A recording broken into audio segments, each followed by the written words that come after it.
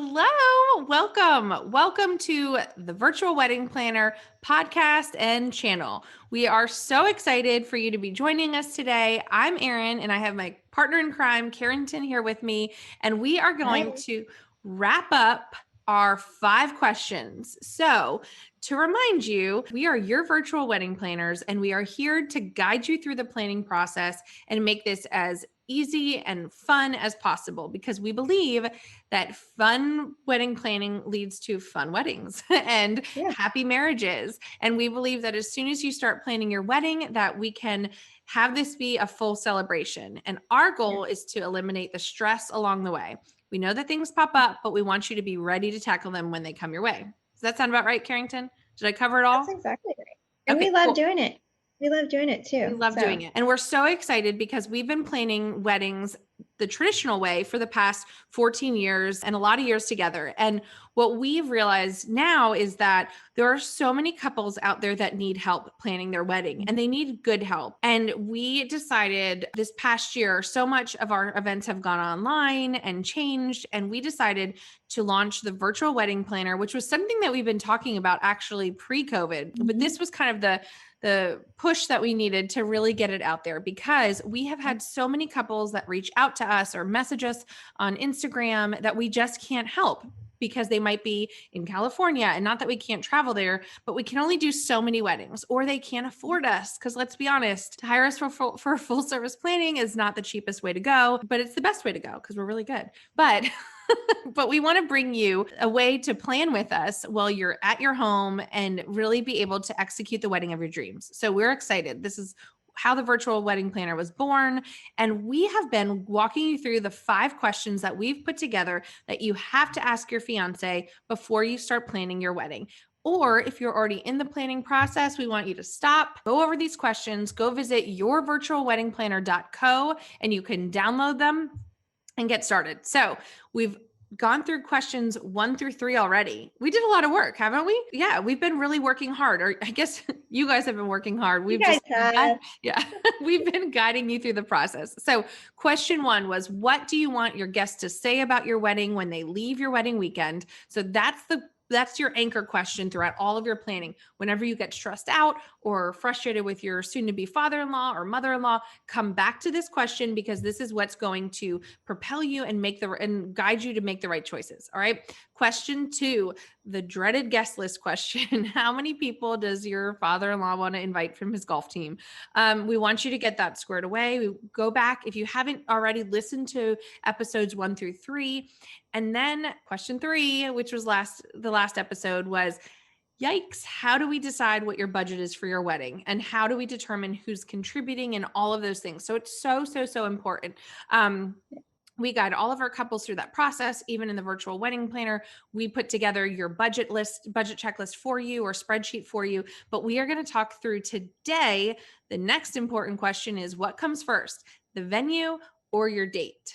So Carrington, I'm going to have you kick that off first. And why Yeah. would it, So yeah, how do you make that decision? Venue or date first? yeah. So it really just depends on what's most important to you. So if you have had your eye, you've seen your friends have gotten married at a certain venue, or you've seen it on Instagram and you're just in love with it, it's the perfect space, you must have it, then that is going to influence your decision. So you're going to have to be flexible on what time of year or what date you're choosing, because they're probably in demand. You're probably going to have to look at a myriad of dates to make it work. And it may be a year from now, it may be 18 months from now, it may be 4 months from now that they had an opening come up. So you have to be flexible. If you must have that venue, then you have to be absolutely flexible on your date. And not to get too much in the weeds, but you can also look at Fridays. You can also look at Sundays. There are ways to make sure that you get to have your venue, but you just have to come into it completely open-minded about time of year, maybe the day of the week, and just see what they have available and scoop it up based on that. So, but if you don't know where you want to get married, if you're open to it, you just have an idea of kind of the vibe you want, then, but you want to get married in the spring, or you want to get married on May 16th or whatever it is, then on the flip side of the coin, you probably need to be flexible about the space, and kind of cast a broader net on what spaces you're looking at, and maybe you're going a little bit farther out from the center of the city, or you're considering a myriad of different kind of vibes, but you got to have that April date. So those are the kind of the flip sides of the coin, and I think once you kind of determine that and figure out which type of open mind you need, then it makes it easier to narrow down the next step as far as the process of booking your venue or booking your date. Absolutely. And I also think the key word in all of that is flexibility. So Mhm. I think particularly now, when right now we're in 2021. I keep wanting to say 2020 and I'm like, ooh, I know. 2021, we've moved on. Is that we've had so many couples right now that have postponed their wedding for COVID reasons. Yeah. And then when we're going into like 2021 and the end of 2021, 2022, those dates are getting snagged. So if there's flexibility, or you have flexibility on your wedding vision, and oftentimes what we love to do is have you, that's why we go with that first question, is like, because you need to have flexibility, because if your venue isn't available or your date isn't available, I promise you in 20 years from now, like you're not going to remember that you didn't get that October date. And you're going to Yeah. know that, like, use this all the time. I was supposed to have my wedding. I don't even know the date. It was sometime in October. And my husband and I were so set on this one date. Well, they didn't have it available. So we moved our date to September 23rd. It was great. I honestly can't even tell I you. remember. I Yeah. don't even know. I think it was like October, the first week in October or something. It just doesn't matter because your date is like fine. But if you know the season, if you want, like what works best for you, we have a lot of teachers that we work with, or medical students or doctorate students. Yeah, grad students, that Yeah, kind of that we thing. have to be flexible, but we know that we want it to be in the summer or the spring. That always, like, everyone is so much happier when we've talked through, like, okay, this can actually work in another date or another venue. Carrington Mhm. and I do a lot of tented weddings and we love them. We think you should always think about a tented wedding. Logistically, it's so much more complex. And we'll dive into, we're going to probably cover like 3 episodes just on tenting and tented weddings alone, because you can learn from our mistakes. Mhm. For that, like, we can create your space however you want it to be. But if you're set on, like, I know that I need to have this one venue or this one specific style, that to me is where you get sometimes caught up and disappointed in the beginning, because you're just not getting the dream that you wanted. But sometimes the dream changes. And so Yeah, we can it pull in a cool space, we can pull in the vibes that you want. And then when we get through your design process, and we'll talk you through how we do ours as well, is, especially if you're one of our virtual wedding planning clients, we talk about design for 4 weeks with you, is how to pull in the vibe that you want and the style that you want in a different space. So yeah. I think it's so important to be flexible one way or the other. And there's a lot of great venues. I think the one vendor that frustrates me the most, I think, and Carrington will probably agree with me, is when a couple comes to us and says, this is the one photographer that we want. This is the only photographer that we want. And they are only available on October 3rd. That's it. That's the only date, because it's not that your photographer isn't a unique unicorn, but maybe that photographer has a style that we can find something else that falls in line with. I've seen couples, haven't you, Carrington, where they get in more of a rut Yeah. because of that. Yeah, yeah. I think you hit the nail on the head. Like in planning, just coming into planning in the big picture, like flexibility is key. And that's what will save you the stress. When Yes. you at least have some movability in your thought process and what you must have, Yeah. then you're going to be able to, we're going to walk you through how to find the things that are still achieving those goals. Going back, original Mm-hmm. question, still achieving those goals, but not getting caught up on a finite detail, that's then going to derail your mood, your mindset, Mm-hmm. cause friction in between you and your fiance. Yeah. So I think flexibility, flexibility, flexibility, All day long. flexibility. Yeah. And you're gonna be glad. You're gonna be You're so not going to remember grateful. it. Yeah. Yeah, you're not. But I think and if you do have to have that venue, if you have that venue, that's okay. But just be ready to go in and say, okay, we're willing to wait 18 months. We're Mhm. willing to have that 18-month engagement, which is fun too. Or we're Or willing we'll to do it in get 3 married. months. Yeah, exactly. Yeah, But you just have to have that ability to kind of flex your vision absolutely. in order to fit, what that must have is. Mhm. Yeah, absolutely. And I think that to me is why we put these questions in this order, because we don't want to talk about your specific vision in like, what color do you want your bridesmaids to wear? We don't even address that. The way we do our planning is, and we've always done this, is we break it into 3 phases. And so phase one, this is where we're at right now. Mhm. Phase one is those big picture items, those date specific items that are super important to you.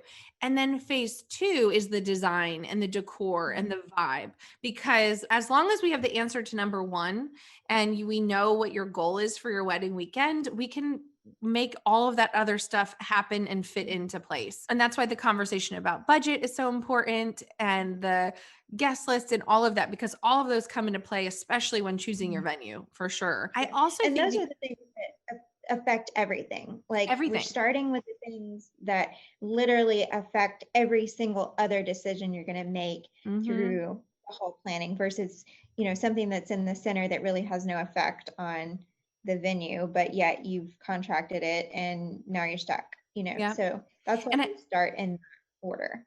absolutely. And I also think the third, going to the third phase is like logistics and timelines and event management of your wedding that you've planned. So who walks your mom down the aisle? Where do the gifts go at the end of the night? All of those things, but they all can change and move. So I think sometimes what'll catch people up, and I know Carrington will agree, is they'll come to us and they're contracting their venue and they'll go, well, my venue, our contract is, or our band. So we're contracting the band from 7 p.m. till 11 p.m., but we might have the ceremony earlier. All of that stuff can shift throughout the day within reason. So don't get Yeah. caught up on all of that. What you're contracting is really like a block of time Yeah. versus like Yeah. a time of day. Yeah. So if the So contract says 6 to 10, but you're like, that may not be right. It's okay. it's Those okay. things are flexible. Yep, Mhm. absolutely.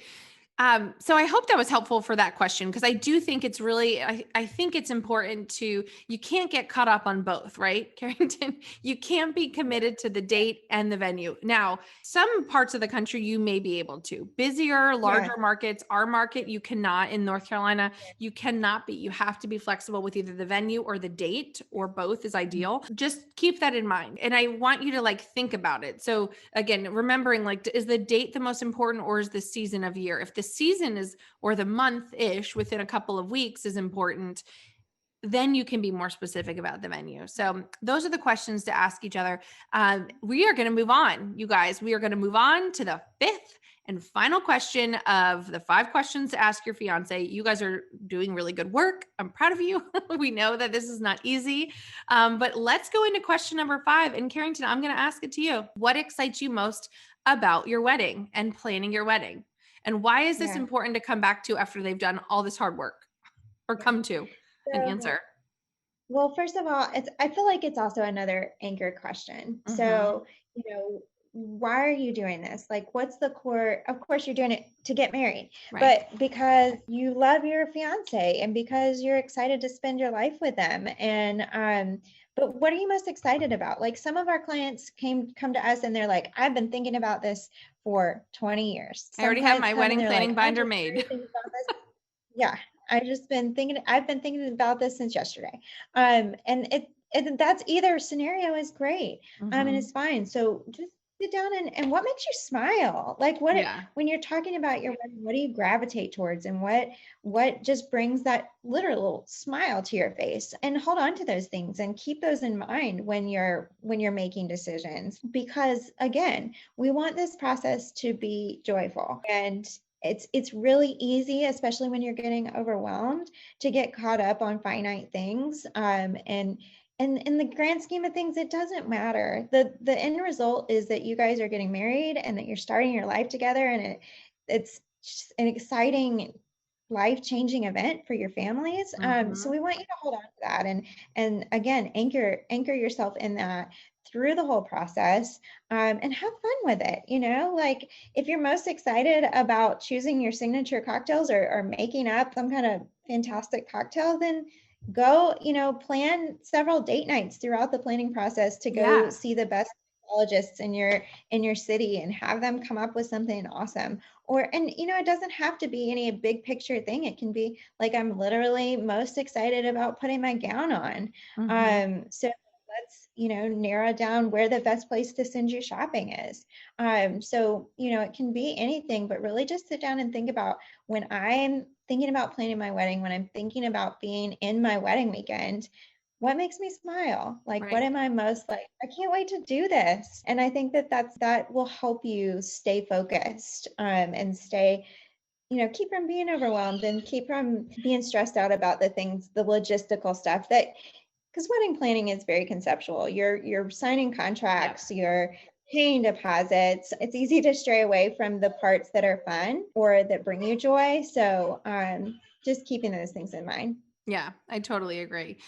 So I think that wraps up the 5 questions. I'm Yeah. excited about it. Again, go to yourvirtualweddingplanner.co to download those questions. We are going to be back next episode with some more fun stuff. So stay Yeah. tuned. Excited. If you want to, please subscribe or like the channel, and then we'll go from there. So thank you. Okay. Cheers. Have a good day.